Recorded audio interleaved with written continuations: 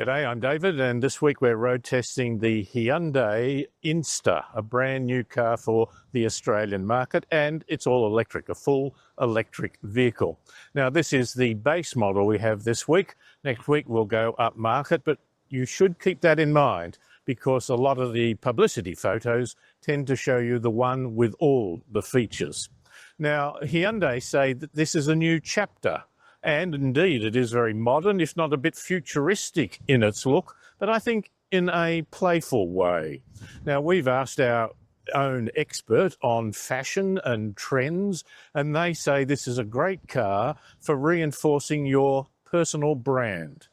To me, it's a little bit like a marriage. You can love it at the start, but can you live with it? And that's what we'll test. So let's have a look at the exterior, and we're doing it here south of Sydney. It's almost a wind tunnel test. It's a lovely area, beautiful beaches, but when the wind blows between the escarpment and the ocean, it blows hard. What do we see here? On the front here, we are, of course, post-grille. There's no need for a grille, it's an electric vehicle.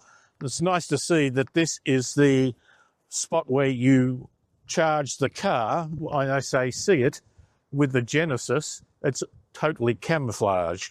You don't embarrass yourself by looking very hard. Now, the lights are, by the way, are adaptive too, but I'll talk about that when driving as to how well they are in terms of adapting to high beam of other vehicles. But down the side, I think it's most interesting. First thing is 15-inch wheels. Now, you'd have to say that that, by today's standard, is fairly small.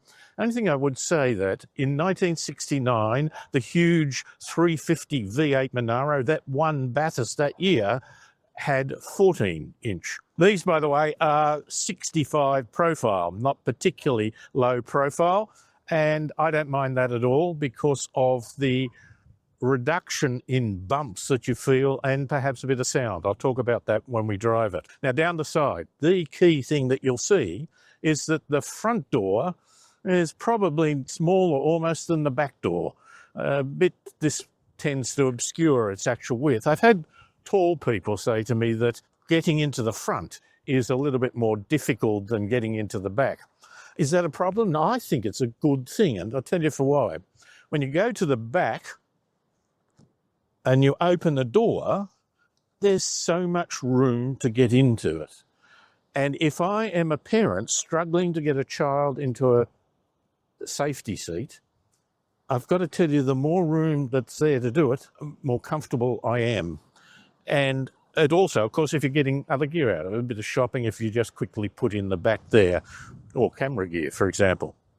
So, given the big backness of it, they try and overcome that, and I think they do, with this sort of bulge here. You can see this line. It's not straight lines that you see in other Hyundais. It's a pretty strong waistline.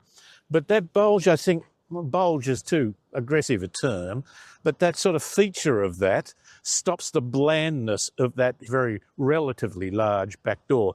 The opening is, of course, here, and there's pretty good room of being able to get your head in behind there. Again, some of my taller friends have noted that that is one of the advantages of the width and the design there. Now, looking around the back, and the key thing here is there's not a lot of room, but there's also one feature I've got to get rid of. I'll show you what I mean. By the way, here we are, this sort of modern Ioniq. You remember the Hyundai's Ioniq 5, and that have this sort of look about it, which I think is becoming a little bit more modern in that. Now, room in the back. First thing I would do, and have done, is take this privacy screen out. It's got flaps and things. Now, okay, it creates a parcel shelf of sorts, as long as the seats are all the way back, and these do hide, but they hide and stop you getting into the back. And if you can see here, nice, that's compact, there's no doubt about it, but when you add that bit underneath, which has got your charge cable in it, sure, but there's still plenty of room left. I think that's a great feature.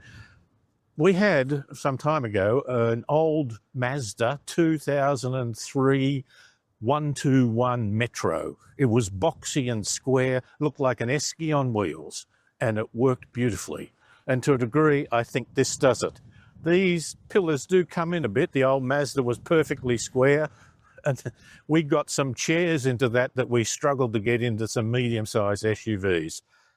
If you value independent journalism or simply enjoyed the video, please support the channel by hitting like and subscribe.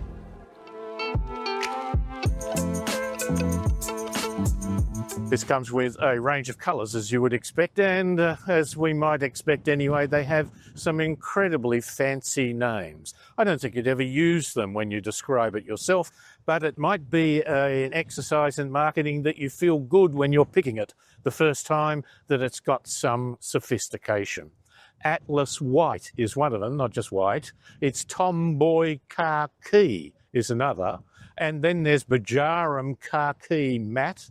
And then there is Unbleached Ivory. Now, would you use that? It goes even further. I think this is called Orange. I don't know what the fancy name is. But there's one colour that if you were at a dinner party or were still with your mates in a pub and they asked you what colour it was and you said, it's Buttercream Yellow Pearl. Would you say that? I think not. I think you'd say it's yellow. And I think that's why these fancy names have very limited use. In the world of small cars, Hyundai has taken a bold step, not just into the realm of quirky urban mobility, but fully into the electric age. The Hyundai Inster, compact, confident and completely electric. At just over 3.8 metres long and 1.6 metres wide, it's one of the smallest cars you can buy. It's a bit bigger than a Kia Picanto, but Hyundai calls it an SUV. Maybe that's a stretch, but it does give a little more presence and purpose. From the front, it carries Hyundai's new Pixel Light signature, a playful nod to the bigger Ioniq models, with a friendly, almost cartoonish personality. Its short overhangs and upright stance make it easy to park and manoeuvre, and there's just enough SUV attitude in the shape to give it some visual confidence, certainly character. Step inside and the clever packaging becomes obvious. There's generous leg room and headroom for such a small car, and the flat floor adds to that sense of space. The dash is clean and modern, dominated by two 10.25-inch screens, one for entertainment and one for the driver display. There's wireless phone charging, physical buttons for key controls, and even a 24-volt plug so you can power a laptop or picnic gear. But the interior doesn't have dual climate control. Hyundai's kept a good balance between tech and usability. Many things aren't buried in a touchscreen, and that makes it a more intuitive car to live with. Easier than some of the graphic design-driven bling that some of other brands have. The space in the back is 280 litres, and I think that's pretty good. Those cars that are just a bit longer than this, there's a number that have come out. This one's 3.8 metres, a bit more. There's a number of cars that have come out that are just under 4. That extra 170 millimetres or so can make a bit of a difference. Some of the bigger spaces there are around the 360 litres. But you can fold these down. They do fold down very easily, and they fold pretty flat. The total space with both of these folded down is over 1,000 litres, 1,059, I think. So that's pretty functional in a way. And of course, there is a little bit of space behind the front seats. Anything is about getting them back up is that you do have to pull this lever and keep pulling it in order to get to the second stage of getting them back in line. So clearly you have a little bit of adjustment in the rear seat as to how vertical you want it to be. And the good thing is that you do have anchor points for this row, as you would be required to have, but it is a 50-50 split for the simple reason that it's only two people sitting across. So there's no point in having the traditional 60-40. the bonnet, the first thing you'll notice when you look under the bonnet is, of course, we're talking about a small car, only comes up to my stomach, whereas some of the utes you'll know come up to my chin. But the thing about that means is that the engine in here takes up the whole space. In some cars that are bigger, they have room for what they call a frunk, which is a front trunk. Perhaps in Australia we should call it a front boot. It fills up most of the space, but it's still a relatively compact little engine. Now, you have two sizes of battery. One is 42 kilowatt hours, one is 49 kilowatt hours. That's not a lot, but then again, it's a little car and doesn't weigh nearly as much as some bigger cars, as of course you would expect. Now, 42 and 49, mid-sized cars now are getting 60 to 80 kilowatt hours, and you're getting the big ones have gone over 100. But being that size, the power is 71.1 kilowatts out of the small battery and 84.5 out of the bigger battery. Now, you know that you're at the bottom end of those sorts of figures, of power figures in general, when you're quoting them to one decimal place. Both have 147 Newton meters of torque. The thing about being light and that, we've driven sort of mid-sized cars and they're getting about 18 to 20 kilowatt hours per 100 kilometres. This is rated at 14.9. I actually found it was doing a bit better than that it was using a bit less power, which is all good in terms of range. Now, the range for the smaller battery is rated at 327, the larger battery 360 kilometres. And I found that this one, being the smaller battery, it was achieving that. It wasn't a surprise to us at all. And again, I think that just reflects the nature of its package. There are three versions: the standard range, the long range and the cross. The standard range has a 42 kilowatt hour battery and is rated with a range of about 327 kilometres. The long range bumps up to 49 kilowatt hours and up to 360 kilometres, depending on the trim. Both can be charged from 10 to 80% in roughly half an hour on a high-speed charger, and the onboard 11 kilowatt AC charger makes home charging about as quick as you can get. The Cross model adds SUV-style trim and mild off-road capability. Think of gravel driveways and country lanes, not rugged bush tracks. Hyundai recently dropped prices, so the Inster now starts at $39,990 drive away for the standard range, $42,490 for the long range, and $45,990 for the Cross. Now, they're all based on New South Wales registrations. Different states in Australia may see that up or down a bit, but that's around $3,300 to $4,000 cheaper than at launch. Still steeper than some other vehicles. On the road, the Inster feels nimble, quiet, and surprisingly confident. The steering is light for city driving, yet accurate enough for back roads. The instant torque from the electric motor gives it a lively response around town, and despite its short wheelbase, the suspension feels well-tuned, firm enough for control, but not too harsh. It's not bad on the longer distances and holds its own on motorway speeds without feeling strained. For those who spend most of their driving time in the suburbs or in a city, the Inster can make a lot of sense. It's efficient, well-equipped, and has a sense of personality that's often missing in affordable EVs. It may not be the cheapest way to get around, but it's certainly one of the most charming. Hyundai has already trimmed the price since launch, and while it clearly is designed for the city, the Inster feels surprisingly comfortable beyond it.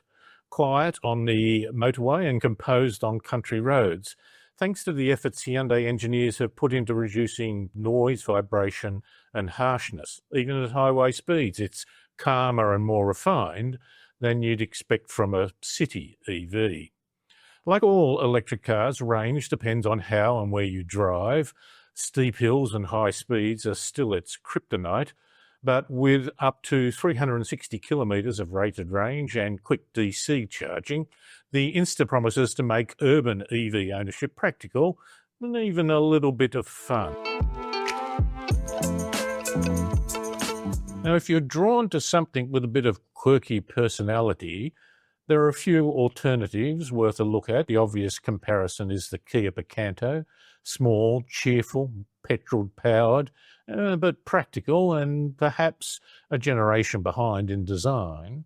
Or if you want something that stands out for its shape alone, the Nissan Juke still turns head, though it's bigger and thirstier and now really showing its age. And moving up to smaller hatchbacks in that price range generally, maybe sometimes even a bit cheaper, you'll find the Mazda 2, the MG3 or the Suzuki Swift, and of course the Toyota Yaris.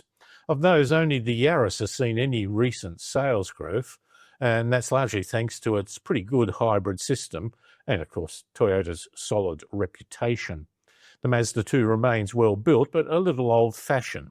The MG3 is newer in styling, but not necessarily class-leading in technology, and the Swift's mild hybrid setup helps fuel economy a bit, though it can be noisy at speed. And here's the catch. For the money you pay for the Inster, there are also cars in the next size up. The BYD Dolphin brings full electric power with more space and range. The Kia K4 offers sleek, modern styling, a traditional petrol option, while the Mazda 3 remains a solid, mature product that's easy to adjust to, but not quite as efficient in its space. So the Inster sits in an interesting middle ground, smaller and more playful than the mainstream hatchbacks, but more forward-thinking than most of its size rivals. It's less about outright practicality, more about style, innovation, and the joy of doing something different. From the moment it arrived, the Hyundai Inster turned heads, not just in its looks, but for what it represents. It's proof that well-made electric cars don't have to be big, heavy, or super expensive, and they can still feel modern and enjoyable. Sure, it's not built for more than 4 people or towing trailers up mountains, but as a city companion, something to zip around through traffic, park easily, and run errands with almost no fuss, it's right in its element. And it does it all with a charm that makes you smile every time you walk up to it. It's quiet, efficient, and filled with clever touches that make everyday life easier. If my budget could stretch that far, I'd love one of these as a second car.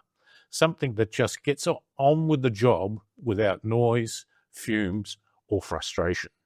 Have your own thoughts? We'd love to hear them. Good, bad, or in between. Have a chat with us by dropping a comment below.